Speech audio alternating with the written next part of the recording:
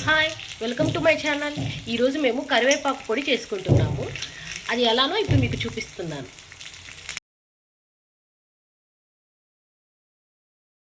నూనె 2 స్పూన్స్ వేసుకొని ధనియాలు, జీలకర్ర, ఎండుమిర్చి వేసుకోవాలి. ఒక 3 కట్టల కరివేపాకు పక్కన పెట్టేసేసుకున్నాము.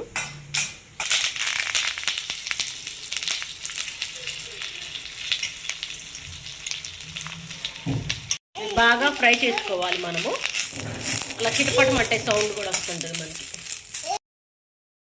మొత్తం ఫ్రై చేసుకున్నాక చల్లారిపోయిన తర్వాత మనం మిక్సీకి పెట్టుకోవాలి.